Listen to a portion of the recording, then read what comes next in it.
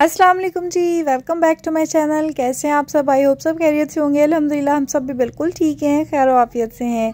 अल्लाह ताला आप सबको अपनी हिफ्ज़ ईमान में रखे, जहाँ भी रहें खुश रहें, आबाद रहें, आमीन सुम्मा आमीन। आज का व्लॉग मैंने स्टार्ट किया है शाम के टाइम पे। कुछ लास्ट मोमेंट्स चल रहे हैं, वापस जाने का टाइम आ चुका है। जाके रमज़ानुल मुबारक की तैयारियां शुरू करते हैं और अल्हम्दुलिल्लाह ज़ावियर का स्कूल भी स्टार्ट हो चुका है।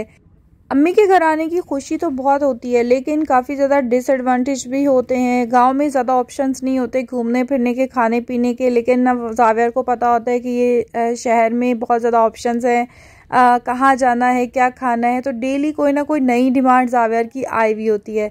तो वीडियोस तो मैंने ज़्यादा नहीं बनाई हैं, रिकॉर्ड मैं नहीं कर सकी, लेकिन ये था कि जैसे जैसे मुझे मौका मिला मैंने रिकॉर्डिंग की है। तो बस मैंने सोचा कि लास्ट मोमेंट्स जो है अम्मी के घर पे ये मैं कैप्चर कर लेती हूँ, क्योंकि जब ज़ावियर का स्कूल नहीं था तब टेंशन नहीं होती थी, जब मर्जी मुंह उठा के अम्मी के घर चल पड़ती थी मैं। लेकिन अभी जो है स्कूल की वजह से जो है बाउंड होके रह गई हूँ। जब ओकेशंस होती हैं, जैसे एग्जाम्स हो गए हैं या कोई हॉलीडेज चल रही हों, तो फिर ही चक्कर लगता है। तो बस इसी वजह से मुझे ऐसे लगता है कि जैसे ज़ावियर के एडमिशन के साथ साथ मेरा भी एडमिशन हो गया और मैं भी बाउंड हो जाती हूँ। वैसे भी ऐसे होता है ना, हर मदर के साथ ऐसे होता है। कहते हैं कि जब बच्चा स्कूल जाना शुरू कर देगा तो पता चलेगा फिर कौन सा तुमने आना है। पहले मेरे साथ ऐसे ही हुआ करता था, जब मैं नहीं रुकती थी तो मुझे कहते थे जब ज़ावियर स्कूल स्टार्ट हो जाएगा तो तुम कहाँ आया करोगी, अभी रुक जाओ। तो बस अब मुझे समझ में आता है कि सही बात है, ऐसा ही होता है। इस बार का जो मेरा टूर था अम्मी की तरफ बहुत ही रिलैक्सिंग था। ऐसे था कि जैसे मैं बेड रेस्ट पे आई हुई हूँ, कोई मेरा ऐसा काम नहीं था करने को। सिर्फ ज़्यादा से ज़्यादा जब मैं तंग आ जाती थी बैठ बैठ के, तो मैं उठ के राइस बनाना शुरू कर देती थी थोड़ी बहुत कुकिंग कर लेती थी या किचन साफ कर लेती थी, बस इससे ज़्यादा नहीं। वरना पहले ऐसे होता था कि मैं हर वक्त लगी रहती थी, कोई काम नहीं अम्मी को करने देती थी। बट इस दफ़ा जो है ना मेरा मी टाइम था जो मैंने एंजॉय किया अपने घर पे, जैसे शादी से पहले किया करती थी। बहुत अच्छा टाइम गुजरा। अम्मी को भी बहुत अच्छा लगा, क्योंकि वो पहले ही कहा करती थी कि जब तुम आओगी ना मैं तुमसे कुछ भी नहीं कराना, जब भी तुम आती हो इतना काम करना शुरू कर देती हो। तो इस बार तो मैंने अपनी बेटी से कुछ नहीं कराना, तो इस बार अम्मी अपनी बात पे पक्की रही हैं। उन्होंने मेरे से वाकई में कुछ नहीं कराया और मैं खुद ही अपनी खुशी से करती थी जो भी करती थी। बट ये होता है कि आपको एक अंदर से अलग ही खुशी मिलती है जब अपने माँ बाप की खिदमत करते हैं, आप अपने माँ बाप का कोई काम करते हैं। सेम ऐसी सिचुएशन होती है। ऐसा नहीं है कि सिर्फ माँ बाप के लिए मेरी ये फीलिंग्स होती हैं, मेरे जो फादर इन लॉ और मेरी मदर इन लॉ है उनके लिए भी सेम ऐसे ही मैं सोचती हूँ और मुझे अच्छा लगता है। छोटी छोटी सी हैबिट्स होती हैं जो अगर हम अपना लें तो आप यकीन नहीं कर सकते इनका अजर आपको कितना मिलता है। जैसे अगर आप शादी के बाद अपने सास ससुर के पास चले जाते हैं, यानी अपने इन लॉज में चले जाते हैं, तो आप अपने सास ससुर को भी अपने माँ बाप की तरह समझें। और सोने से पहले यानी कि रात को अगर आप उनसे पूछ लें कि आपको कुछ चाहिए तो नहीं, किसी चीज़ की ज़रूरत तो नहीं है, तो आप यकीन करें इस बात का इतना अजर मिलता है। पूरी रात फरिश्ते आपकी इबादत लिखते रहते हैं। इन छोटी छोटी बातों को डेवलप कर लें अपने अंदर, तो यकीन कीजिए आपकी ज़िंदगी सुकून ही सुकून होगा। आपको एक अंदरूनी सुकून जो मिलता है ना, वो आपको किसी और चीज़ में नहीं मिलता।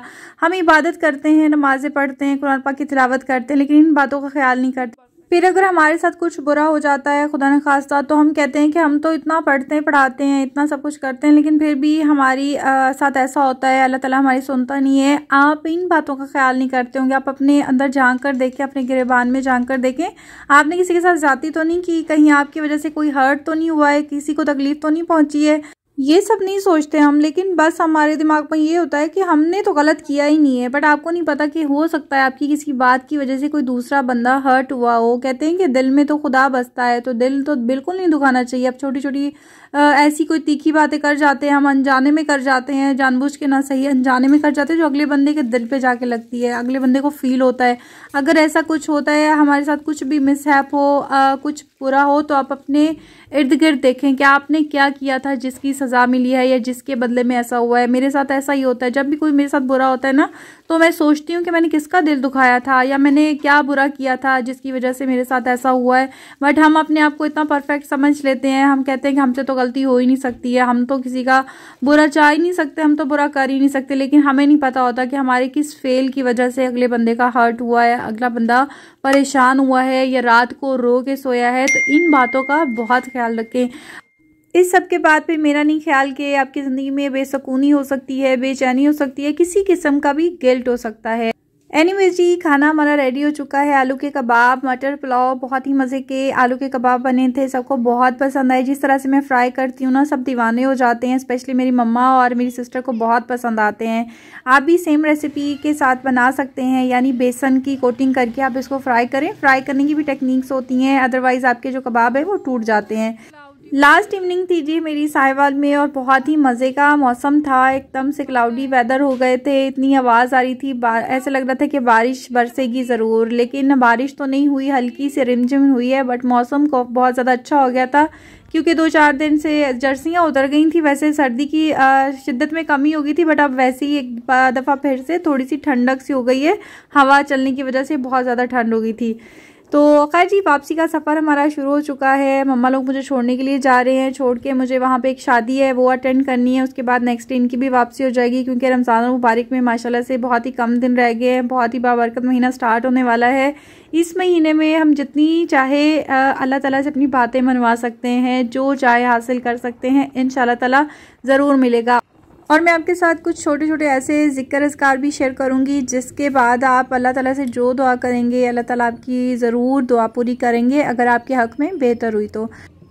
एनीवेज जी, मौसम आप देख सकते हैं कितना सुहाना हो रहा है। खूबसूरत सा शहर मेरा मैं छोड़ के जा रही हूँ। शादी से पहले तो सवाल ही पैदा नहीं होता था कि वे छोड़ने का सोच भी नहीं सकते थे, लेकिन जब आपकी शादी हो जाती है तो आपका असल घर आपका ससुराल होता है। तो मेरे ससुराल जाने की भी मुझे खुशी थी, लेकिन मम्मा पापा को छोड़ के जाने का भी दुख था, क्योंकि यहाँ पे भी मैं चली जाती हूँ तो मम्मा पापा अकेले हो जाते हैं, वहाँ से मैं आती हूँ तो मेरे सास ससुर अकेले हो जाते हैं।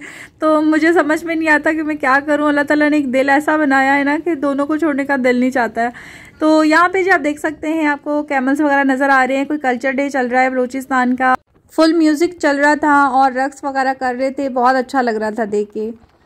तो बस जी, हम लोग थोड़ा सा करीब आ चुके हैं। रास्ते में हमारा एक जगह पे स्टे होता है हमेशा। जब हम वापस आते हैं जाते हैं तो वहाँ से हम लोग रशियन सैलड खाते हैं। काफ़ी फेमस है ओकाड़ा का रशियन सैलड, बहुत मज़े का होता है। काफ़ी ज़्यादा लवाजमात इसमें डाले होते हैं उन्होंने।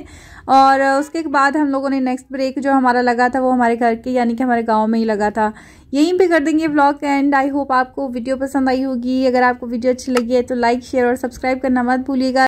दुआओं में याद रखिएगा। मिलेंगे एक नई वीडियो के साथ, तब तक दीजिए इजाज़त। अल्लाह हाफिज़।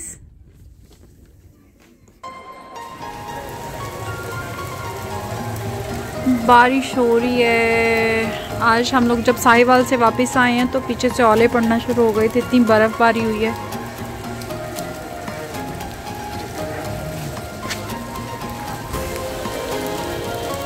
सब लोग भाग भाग के अपने अपने घरों को जा रहे हैं। तो भाई स्लिप भी नहीं होता ये तो।